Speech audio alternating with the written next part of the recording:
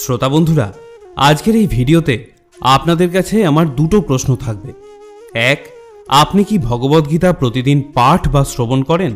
এবং দুই, আপনি ভগবদ্গীতা পড়ে ঠিক কি উপলব্ধি করেন? প্রশ্নটা এই জন্য করলাম কারণ প্রত্যেকের গীতা পাঠ বা শ্রবণের উদ্দেশ্য কিন্তু এক নয়। গীতা গ্রন্থে আমরা দেখি যে প্রথম অধ্যায় বিষাদযোগ থেকে অষ্টাদশ অধ্যায় মোক্ষযোগ পর্যন্ত 18টি অধ্যায় এবং 700টি শ্লোক আছে এবং তার বাংলা অনুবাদ আমরা পাঠ করে থাকি। অনেকে আছেন যারা প্রতিদিন ইউটিউব থেকে গীতা শ্রবণ করেন, আবার অনেকে আছেন যারা গীতা গ্রন্থ পাঠ করে থাকেন। কিন্তু এই গীতা পাঠের উদ্দেশ্য কি? পুণ্য সঞ্চয় নাকি জ্ঞান লাভ? আমি বলবো দুটোই। কারণ গীতা মাহাত্ম্যে বলা হয়েছে যে গীতা পাঠে আমাদের কি কি পুণ্য প্রাপ্তি ঘটে থাকে। কিন্তু গীতা থেকে আমরা আসলে কি জানতে পারি? পরমেশ্বর বা ভগবান শ্রীকৃষ্ণ কি বলতে চাইলেন এটা কি কখনো ভেবে দেখি আমরা? বেদ, উপনিষদ, পুরাণও তো আছে, কিন্তু গীতাকেই কেন এত প্রাধান্য দেওয়া হয়? আসুন জানবো এই ভিডিওতে। আমি আমার গীতা পাঠের উপলব্ধি আজ আপনাদের সাথে ভাগ করে নেব। আপনাদের কাছে একটি মাত্র অনুরোধ, ভিডিওটি একটু সময় নিয়ে দেখবেন। এখন যদি ব্যস্ত থাকেন তাহলে পরে দেখে নেবেন, কিন্তু সম্পূর্ণ দেখবেন। গীতাকে দুভাবে বিশ্লেষণ করা যায়, সূক্ষ্মভাবে এবং স্থূলভাবে। যদি স্থূলভাবে দেখা যায় তাহলে ভগবদ্গীতা হলো একটি কথোপকথন শ্রীকৃষ্ণ এবং অর্জুনের মধ্যে কিছু কথা, যেখানে শ্রীকৃষ্ণ বিষাদগ্রস্ত অর্জুনকে যে যুদ্ধ করতে চায় না জীবনের সার কথা শোনাচ্ছেন। কুরুক্ষেত্রের রণভূমিতে অর্জুন যখন বললেন, হে সারথী শ্রীকৃষ্ণ, তুমি দুই দলের মধ্যে আমার রথ স্থাপন করো, আমি দেখতে চাই আমাকে কাদের সঙ্গে যুদ্ধ করতে হবে। তখন শ্রীকৃষ্ণ তাই করলেন। অর্জুন কৌরব সৈন্যদের মধ্যে তার আত্মীয় পরিজন, আচার্যবর্গ এবং বন্ধু বান্ধবদের দেখতে পেলেন। তারা সবাই জীবন বিসর্জনে উন্মুখ। এই দৃশ্য দেখে অর্জুন খুবই মর্মাহত হয়ে পড়লেন। তিনি শ্রীকৃষ্ণকে বললেন, আমি আমার অতি নিকট আত্মীয় পরিজনদের কিভাবে হত্যা করব? এ যে মহাপাপ। যুদ্ধে জয়ী হয়ে যদি ত্রিভুবনের আধিপত্যও পাই তাহলেও আমি যুদ্ধ করব না। এই যুদ্ধের ভয়াল রূপ কল্পনা করে আমার হাত পা কম্পিত হচ্ছে। এই বলে তিনি গান্ডি পরিত্যাগ করে রথের ওপরে বসে পড়লেন। এরপর শ্রীকৃষ্ণ অর্জুনকে জীবনের সেরা শিক্ষা দিতে শুরু করলেন। অষ্টাদশ অধ্যায়ে গিয়ে আমরা দেখতে পাই অর্জুনের সমস্ত সংশয় দূর হয়ে গিয়েছে এবং সে যুদ্ধের জন্য দৃঢ় সংকল্প হয়েছে। এই হলো ভগবদ্গীতার মোটামুটি স্থূল বিশ্লেষণ। কিন্তু শুধু কি তাই? অর্জুনকে যুদ্ধে রাজি করানোই কি কৃষ্ণের মূল উদ্দেশ্য, নাকি তার বলা কথার অন্য কোনো গুরুত্ব রয়েছে? আর শ্রোতা বন্ধুরা, এখানেই শুরু হয় গীতার সূক্ষ্ম বিশ্লেষণ। আজ থেকে 5000 বছর আগে একটি মহাযুদ্ধ শুরু হওয়ার আগে অর্জুনকে যে বাণী প্রদান করা হলো সেগুলি আমাদের জন্য, অর্থাৎ কলিযুগের জন্য ভীষণ অপরিহার্য। সেই যুগের অর্জুনের মধ্যে তার কর্তব্যকে নিয়ে যে সংশয় তৈরি হয়েছিল, আজ আমাদের প্রত্যেকের মধ্যেই তো সেই কর্তব্য নিয়েই সংশয়। কি করা উচিত? এই প্রশ্নের সম্মুখীন আমাদের প্রতিদিন হতে হয়। আমরা সবাই অর্জুন। অর্জুনের সংশয় ছিল কর্ম নিয়ে, ধর্ম নিয়ে, যোগ নিয়ে, বিজ্ঞান নিয়ে, মোক্ষ নিয়ে। আমাদের মধ্যেও তো সেই একই প্রশ্ন। একটি সাদৃশ্য লক্ষ্য করুন। অর্জুনের সামনে একটি সমস্যা উপস্থিত, কিন্তু তিনি তার সমাধান না পেয়ে ভেঙে পড়েছেন। তিনি যুদ্ধ করার আগেই হাল ছেড়ে দিচ্ছেন। তিনি কর্মফলের কথা ভেবে ভীষণ আতঙ্কিত, ভাবিত। আমাদের সঙ্গেও তো এমন হয়। আমরাও অনেক সমস্যাকে শুধুমাত্র চোখে দেখেই ভয় পেয়ে যাই। সমস্যার ভিতরে ঢুকে সমাধানের চেষ্টা না করেই আমরাও হাল ছেড়ে দিই আর বলে থাকি, আমার দ্বারা হবে না। আমরাও ফলের কথা ভেবে থেমে যাই। তাহলে আছে তো সাদৃশ্য।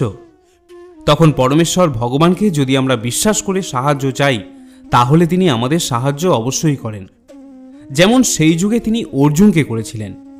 ভরসা দুজনের উপর সমানভাবে রাখা উচিত, নিজের ওপর এবং পরমাত্মার উপর। ভেবে দেখুন, আমরা সবাই কি পরমাত্মার উপর আস্থা রাখতে পারি? যারা পারে তারা পরমেশ্বরের হাত ধরে সব বাধা অতিক্রম করতে পারে। যেমন অর্জুনকে তিনি অনেক সাহায্য করেছিলেন, অর্জুন বিজয়ী হয়েছিলেন, কিন্তু দুর্যোধন ও কৌরবরা তার মাহাত্ম্য বোঝেনি, তাই তারা পরাজিত হয়ে গেল। আমাদের সময়ও অনেক বাধা, অনেক দুঃখ কষ্টের মধ্য দিয়ে আমাদের যেতে হয়। আর যারা পরমেশ্বরের ভালোবাসার মানুষ তাদের তো আরও বেশি করে যেতে হয়। এগুলো এক একটি পরীক্ষা, আর এই পরীক্ষায় উত্তীর্ণ হতে যে পুস্তক আমাদের সাহায্য করে তাই হল শ্রীমদ্ ভগবদ্ গীতা। অর্জুনের চরিত্র থেকে আমরা কি শিখব? দেখুন, এটা তো আমরা জানি যে অর্জুন খুবই বিদ্বান ও বীর ধনুর্ধারী ছিলেন, কিন্তু তিনি যখন দ্বিধা ও ধর্ম সংকটের মুখোমুখি হন তিনি তার অজ্ঞতা গোপন করেননি। তিনি কৃষ্ণের কাছে নিঃসংকোচে তার অজ্ঞতা প্রকাশ করে পরামর্শ চাইলেন। আর দেখুন তার কি ভাগ্য, ব্রহ্মাণ্ডের সবথেকে সেরা শিক্ষক তাকে জ্ঞান ভাণ্ডারে প্রবেশাধিকার দিলেন। জ্ঞান, ভক্তি, কর্ম এবং ধ্যান সম্পর্কে অর্জুনের যা কৌতূহল ছিল সব কিছুর বিস্তারিত জ্ঞান তিনি কৃষ্ণের কাছে পেলেন। আমরা যতই বিদ্বান ও বুদ্ধিমান হই না কেন, যখন আপনি এটা অনুধাবন করবেন যে আপনি যথেষ্ট জানেন না এবং কুণ্ঠা ত্যাগ করে আপনি কারোর কাছে শিক্ষা গ্রহণ করবেন যা আপনার জানা নেই, তখনই আপনি একজন পরিপূর্ণ মানুষ হয়ে উঠবেন। দেখুন, কোনো কিছুর বিষয়ে জ্ঞান না থাকাটা ভুল নয়, কিন্তু জ্ঞান না থাকা সত্ত্বেও অহংকার করে বড় হবার চেষ্টা করাটা কখনোই যথার্থ মানুষ হওয়ার লক্ষণ নয়। এই শিক্ষা আমরা অর্জুনের কাছে পাই। আর শ্রীকৃষ্ণ, তিনি নিজেই সব জ্ঞানের আধার হওয়া সত্ত্বেও কি সাবলীল ও সহজভাবে বিরক্তি প্রকাশ না করে ছাত্রের প্রশ্নের উত্তর দিতে হয়, আমরা তার কাছে এটা শিখি। একজন শিক্ষক তখনই মহান যখন তিনি ছাত্রের স্তরে নিজেকে রেখে তাকে উপদেশ দিতে পারেন। গীতার বেশ কিছু শ্লোক আমাদের অনেকেরই বহুবার শুনে শুনে মুখস্থ। যেমন গীতার 2য় অধ্যায়ে ভগবান বলছেন, কর্মণ্যেবাধিকারস্তে মা ফলেষু কদাচনা মা কর্মফল হেতুর্ভূমা তেসঙ্গ হস্ত কর্মাণি। অর্থাৎ কর্ম করে যাও, কিন্তু ফলের আশা করো না। ভগবদ্ গীতায় বলা এই কথাটি জানেন না এমন মানুষ পাওয়াই দুষ্কর, প্রায় প্রবাদে পরিণত হয়েছে। কিন্তু এর গূঢ় অর্থ কি সেটা কি কেউ জানে? আমরা তো ভাবতেই পারি যে ফলের কথা চিন্তা না করে কেউ কর্ম করতে পারে না। পাণ্ডব এবং কৌরবদের যে যুদ্ধ, তারাও তো ফলের কথা চিন্তা করেই যুদ্ধ করেছিল। তারা কি কেউ হেরে যাওয়ার জন্য যুদ্ধ করতে এসেছিল?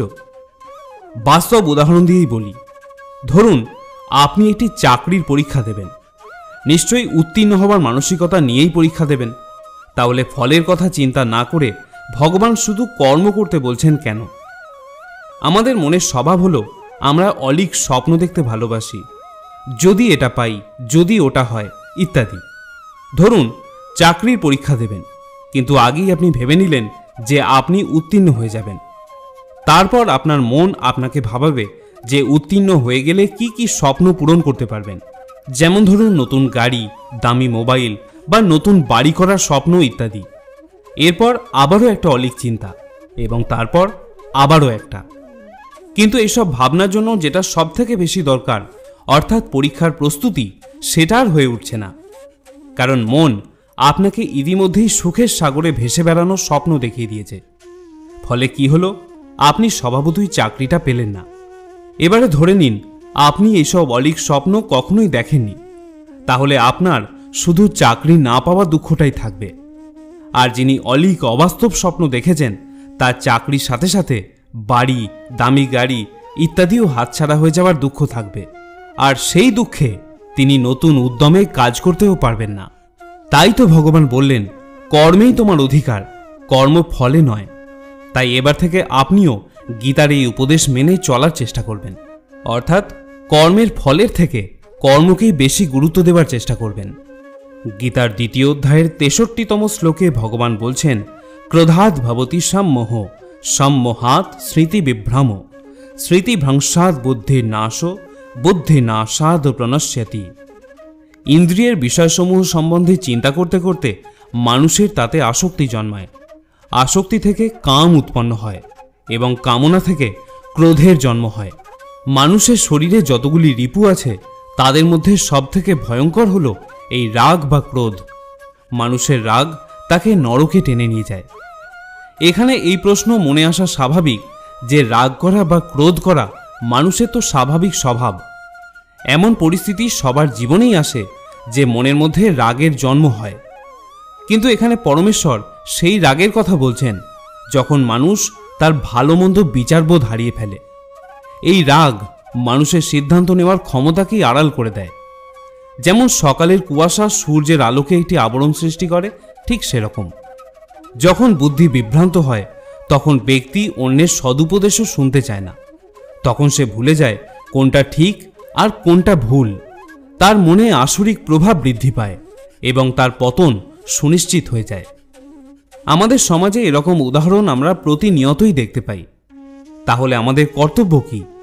ভগবান বলছেন, ক্রোধ করো, কিন্তু ক্রোধে অন্ধ হয়ে যেও না। ক্রোধে যেন মনের মধ্যে প্রতিশোধ স্পৃহা না জেগে ওঠে। হঠাৎ রাগের সময় আমরা চেষ্টা করব কিছুটা নিশ্চুপ হয়ে থাকতে এবং কোনো রকম সিদ্ধান্ত নেওয়া থেকে বিরত থাকব। ভগবদ্গীতা আমাদের এটাই শেখায়। মনে রাখবেন, ধৈর্যের শক্তি অনেক বেশি হয়। শ্রীরামকৃষ্ণ পরমহংসদেবও বলেছিলেন, যে সয় সেই রয়। গীতা অধ্যয়ন ও মননের গভীরতায় গেলে মানুষের মন 5টি মূল্যবান তত্ত্বে স্থির বিশ্বাসী হয়ে ওঠে। এই 5টি তত্ত্ব হল আত্মার অমরত্ব বা অখণ্ডতা, দেহে নশ্বরত্ব বা ক্ষুদ্রতা, অনন্ত ঈশ্বরের অবতার রূপ পরিগ্রহণ, পরলোক তত্ত্ব এবং মানুষের স্বধর্ম অনুসারে জীবন পরিচালনা করার আবশ্যকতা। গীতা যে কি এবং এর ব্যাপ্তি যে কত অসীম তা গীতা বারবার অধ্যয়ন না করলে অনুধাবন করাই সম্ভব নয়। যেমন গীতা মাহাত্ম্যে বলা হয়েছে, গীতা সুগীতা কর্তব্য কিমন্নই শাস্ত্র বিস্তরই ইয়া স্বয়ং পদ্ম নাভস্য মুখপদ্মাদ বিনিসৃতা। যেহেতু ভগবদ্গীতার বাণী স্বয়ং পরম পুরুষোত্তম ভগবানের মুখনিসৃত, তাই এই গ্রন্থ পাঠ করলে আর কোনো বৈদিক সাহিত্য পড়বার প্রয়োজনই হয় না। গভীর নিষ্ঠা ও আন্তরিকতার সঙ্গে নিয়মিতভাবে গীতা পাঠ বা শ্রবণ কীর্তন করলে আমাদের অন্তর্নিহিত ভগবত ভক্তির স্বাভাবিক বিকাশ হয়। বর্তমান জগতে মানুষ নানা রকম কাজে এতই ব্যস্ত থাকে যে তাদের পক্ষে সমস্ত বৈদিক সাহিত্য পাঠ করা সম্ভব নয়। সমস্ত বৈদিক সাহিত্য পড়বার প্রয়োজনও নেই। এই একটি গ্রন্থ ভগবদ্গীতা পাঠ করলেই মানুষের সমস্ত বৈদিক জ্ঞানের সারমর্ম উপলব্ধি করতে পারবে। কারণ ভগবদ্গীতা হল বেদের সার কথা এবং এই ভগবদ্গীতা হল স্বয়ং পরমেশ্বরের মুখ নির্গত বাণী। ভগবদ্গীতার কর্মসন্ন্যাস যোগে শ্রীকৃষ্ণ বলছেন, তদ্বুদ্ধয়ো তদাত্মান তন্নিষ্ঠা তৎপরায়ণা গচ্ছন্তো পুনরাবৃত্তিম জ্ঞান নির্ধুত কলমশা। যার বুদ্ধি ভগবানের প্রতি উন্মুখ হয়েছে, মন ভগবানের চিন্তায় একাগ্র হয়েছে, নিষ্ঠা ভগবানের দৃঢ় হয়েছে এবং যিনি ভগবানকে তার একমাত্র আশ্রয় বলে গ্রহণ করেছেন, জ্ঞানের দ্বারা তার সমস্ত কলুষ সম্পূর্ণরূপে বিধৌত হয়েছে এবং তিনি জন্মমৃত্যুর বন্ধন থেকে মুক্ত হয়েছেন। ভগবান শ্রীকৃষ্ণই হলেন পরম তত্ত্ব। সম্পূর্ণ ভগবদ্গীতা শ্রীকৃষ্ণের ভগবত্তার কথাই ঘোষণা করেছে। সমস্ত বৈদিক শাস্ত্রেও সেই একই কথা বলা হয়েছে। তত্ত্ববিদেরা পরতত্ত্বকে ব্রহ্ম, পরমাত্মা ও ভগবান রূপে জানেন। ভগবান হলেন পরম তত্ত্বের শেষ কথা, তার ঊর্ধ্বে আর কিছুই নেই। ভগবানও বলছেন, মত্ত পরতরং নান্যম কিঞ্চিদস্তি ধনঞ্জয়। হে অর্জুন, আমার থেকে শ্রেষ্ঠ আর কেউই নয়। নির্বিশেষ ব্রহ্ম সম্বন্ধেও শ্রীকৃষ্ণ বলেছেন, ব্রহ্মণো হি প্রতিষ্ঠাহম। আমি নির্বিশেষ ব্রহ্মের আশ্রয়। সুতরাং সর্বতোভাবে শ্রীকৃষ্ণই হলেন পরাৎপর তত্ত্ব, যার মন, বুদ্ধি, নিষ্ঠা ও আশ্রয় ভগবান শ্রীকৃষ্ণতেই নিত্য কেন্দ্রীভূত।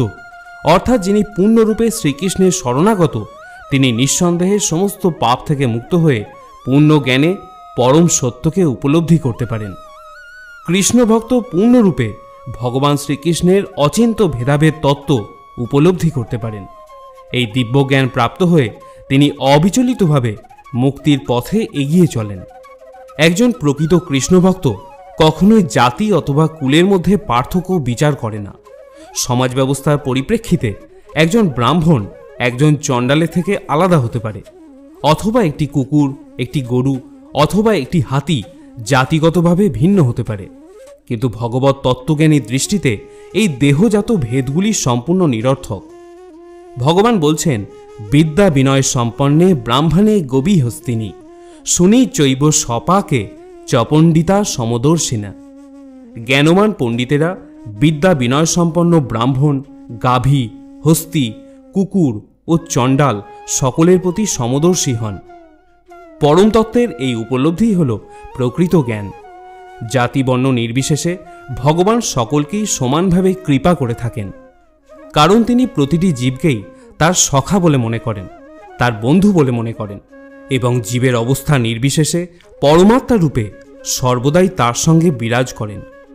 চণ্ডাল এবং ব্রাহ্মণের দেহ ভিন্ন হলেও ভগবান তাদের উভয়ের সঙ্গেই পরমাত্মা রূপে বিরাজমান। জড়া প্রকৃতির ভিন্ন ভিন্ন গুণের প্রভাবে জড় দেহের সৃষ্টি হয়, কিন্তু দেহের মধ্যে থাকা জীবাত্মা ও পরমাত্মা একই চিন্ময় গুণ সম্পন্ন। গুণগতভাবে এক হলেও জীবাত্মা এবং পরমাত্মার আয়তন ভিন্ন, কারণ জীবাত্মা কেবল একটি দেহেই থাকতে পারে, কিন্তু পরমাত্মা প্রত্যেক দেহে বিরাজমান থাকে। যারা কৃষ্ণ ভাবনায় ভাবিত তারা এই তত্ত্ব সম্পূর্ণরূপে অবগত, তাই তিনি হলেন প্রকৃত জ্ঞানী এবং সমদৃষ্টি সম্পন্ন।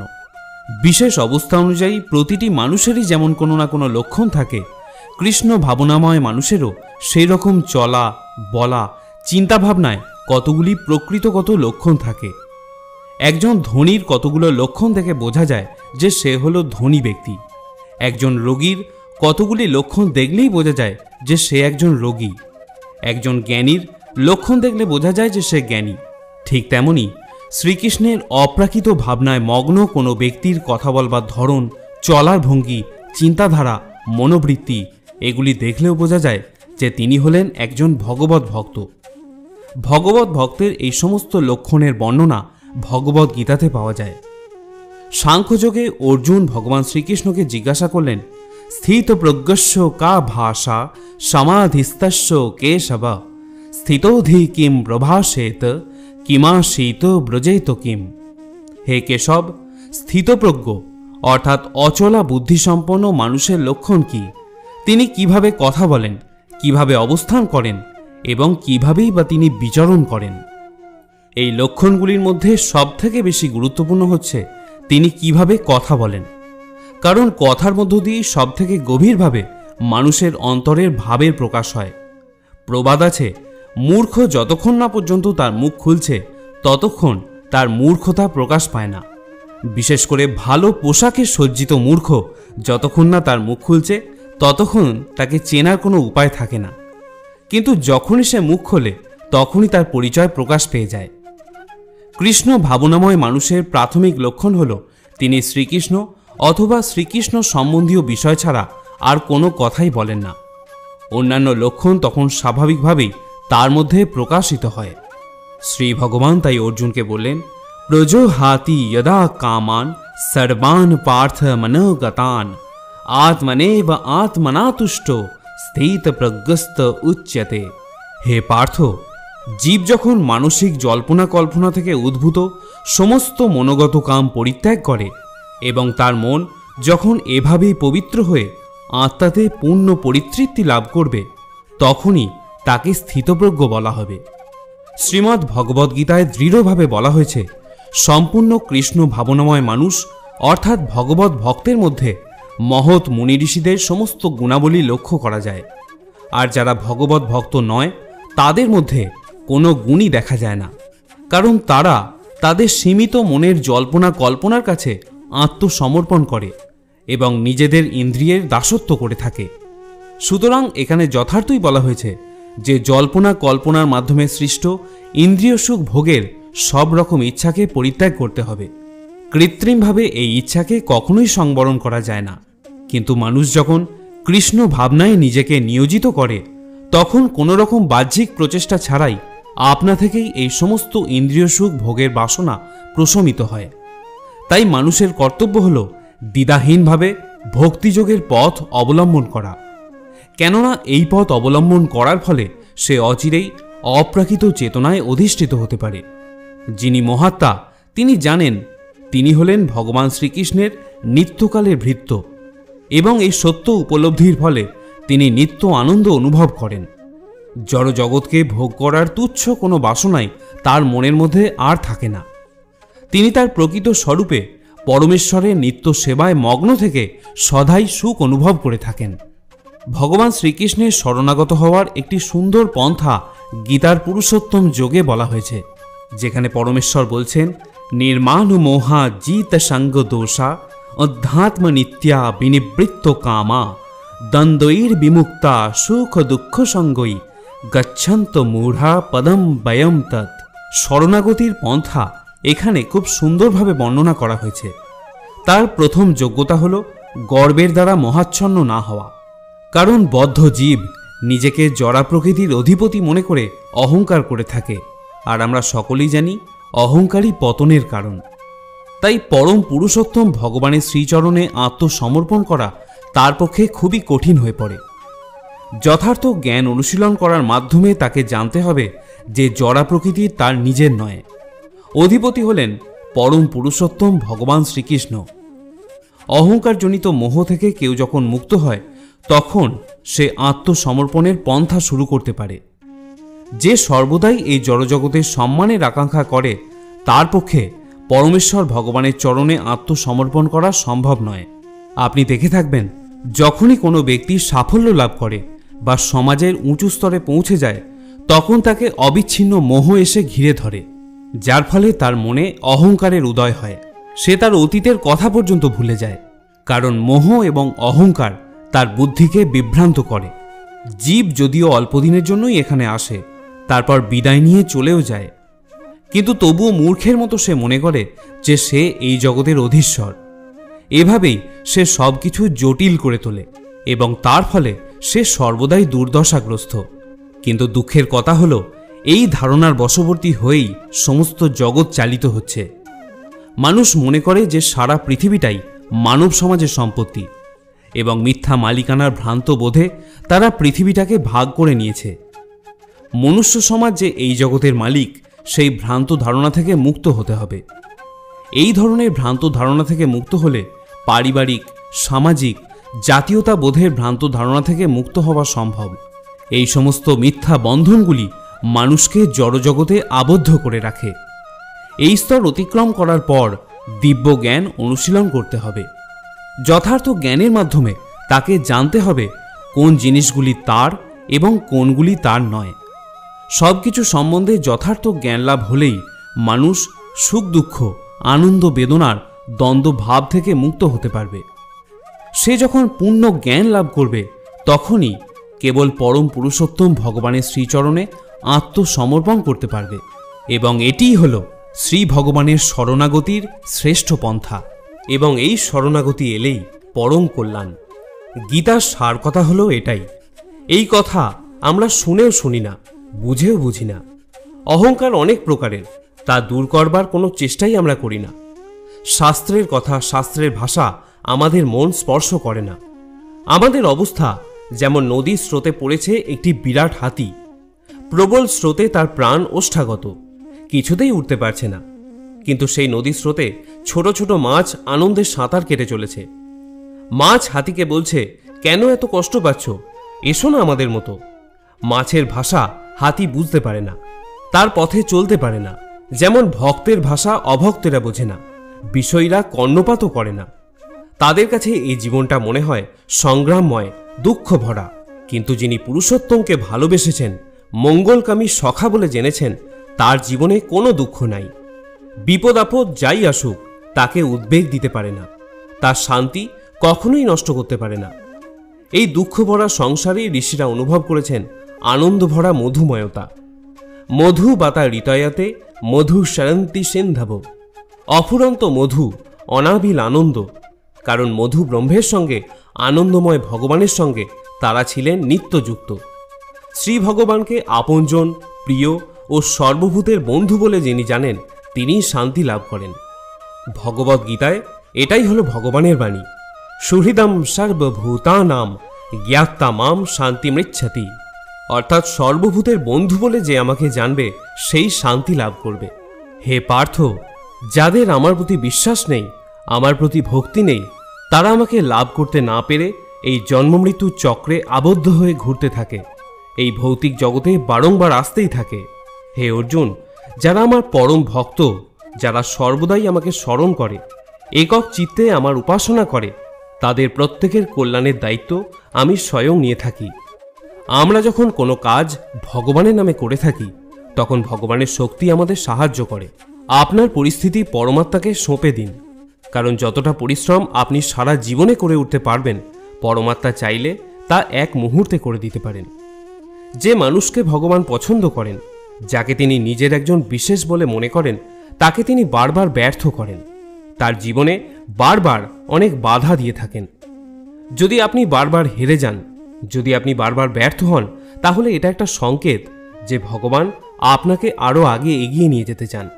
কারোর সাথে ছলনা করলে বা ঠকালে আপনার কপালেও একদিন তাই জুটবে, আজ নয়তো কাল, কিন্তু পরিস্থিতি আপনাকে তার পরিণাম নিশ্চয়ই দেবে। ভগবদ্গীতায় পরমেশ্বর বারবার বলেছেন যে সমস্ত কর্ম আমাকে অর্পণ করো। গীতার 2য় অধ্যায়ে ভগবান বলছেন, ময়ি সর্বাণি কর্মাণি সঙ্গন্যস্য অধ্যাত্ম চেতসা নিরাশির নির্মমো ভূত্বা যুদ্ধস্য বিগত জড়ো। এই শ্লোকে স্পষ্টভাবে ভগবদ্গীতার উদ্দেশ্য বর্ণনা করা হয়েছে। এখানে ভগবান আদেশ করছেন যে সম্পূর্ণভাবে ভগবৎ চেতনায় উদ্বুদ্ধ হয়ে কর্তব্য কর্ম করে যেতে হবে। সৈনিকেরা যেমন গভীর নিষ্ঠা ও শৃঙ্খলার সঙ্গে তাদের কর্তব্য কর্ম করে, মানুষের কর্তব্য হলো ঠিক তেমনভাবেই ভগবানের সেবা করা। ভগবানের আদেশকে কখনো কখনো অত্যন্ত কঠোর বলে মনে হতে পারে, কিন্তু তার আদেশ পালন করাই হচ্ছে মানুষের ধর্ম। তাই শ্রীকৃষ্ণের উপর নির্ভরশীল হয়ে তা আমাদের পালন করতেই হবে, কেননা সেটি হলো জীবের মূল স্বরূপ। তাই শ্রীকৃষ্ণ কখনো অর্জুনকে সখার মতো, আবার কখনো গুরুর মতো নির্দেশ দিয়েছেন যুদ্ধ করার। অর্জুনের পক্ষে সেই নির্দেশ যাচাই করার কোনো পথ ছিল না, তাকে সেই নির্দেশ মানতেই হয়েছিল। ভগবান হচ্ছেন সমস্ত আত্মার আত্মা, তাই নিজের সুখ সুবিধার কথা বিবেচনা না করে যিনি সম্পূর্ণভাবে পরমাত্মার উপর নির্ভরশীল, অথবা পক্ষান্তরে যিনি সম্পূর্ণরূপে কৃষ্ণ ভাবনাময়, তিনিই হচ্ছেন অধ্যাত্ম চেত। ভৃত্য যখন প্রভুর সেবা করে তখন সে কোনো কিছুরই আশা করে না। খাজাঞ্চি লক্ষ লক্ষ টাকা গণনা করেও তার এক কপর্দকও নিজের বলে মনে করে না, কারণ সে জানে যে সেই টাকা তার মালিকের। ঠিক তেমনি এই জগতের সবকিছুই ভগবানের, তাই তার সেবাতে সবকিছু অর্পণ করাই হলো আমাদের কর্তব্য। আমরা যদি তা করি তাহলে আমরা ভগবানের যথার্থ ভৃত্য হতে পারি, তাহলেই আমাদের জন্ম সার্থক হয় এবং আমরা পরম শান্তি লাভ করতে পারি। কেউ যখন এই প্রকার কৃষ্ণ ভাবনাময় হয়ে কর্ম করে, তখন নিঃসন্দেহে সে কোনো কিছুর ওপরই মালিকানা দাবি করে না। এই মনোবৃত্তিকে বলা হয় নির্মম, অর্থাৎ কোনো কিছুই আমার নয়। ভগবানের এই কঠোর নির্দেশ পালন করতে যদি আমরা অনিচ্ছা প্রকাশ করি, যদি আমরা আমাদের তথাকথিত আত্মীয় স্বজনের মায়ায় আবদ্ধ হয়ে ভগবানের নির্দেশকে অবজ্ঞা করি, তবে তা আমাদের অজ্ঞানতাকেই নির্দেশ করে। যাদের মনে কৃষ্ণ ভাবনার উদয় হয়েছে তাদের আর জড়জাগতিক ইন্দ্রিয় উপভোগের বাসনা থাকে না, কিন্তু যাদের চেতনা শুদ্ধ হয়নি তাদের কর্তব্য হলো শাস্ত্রের নির্দেশ অনুসারে জীবন যাপন করা। একমাত্র সেটা করলেই পরমার্থ সাধনের পথে অগ্রসর হওয়া যায়। প্রিয় শ্রোতা বন্ধুরা, আজকের এই গীতা পাঠের আলোচনা আপনার কেমন লাগলো তা আমাকে অবশ্যই কমেন্ট করে জানাবেন। যদি ভিডিওটি দেখে আপনার ভালো লাগে বা সমৃদ্ধ হন তাহলে অবশ্যই একটি লাইক করবেন। আর শ্রীমদ্ ভগবদ্ গীতা সংক্রান্ত এই রকম নিত্য নতুন ভিডিওর আপডেট পাওয়ার জন্য আমাদের এই চ্যানেল সনাতন বার্তাকে অবশ্যই সাবস্ক্রাইব করে রাখুন। সকলে ভালো থাকুন, সুস্থ থাকুন। আবার দেখা হবে পরের আরেকটি ভিডিওতে। জয় শ্রীকৃষ্ণ।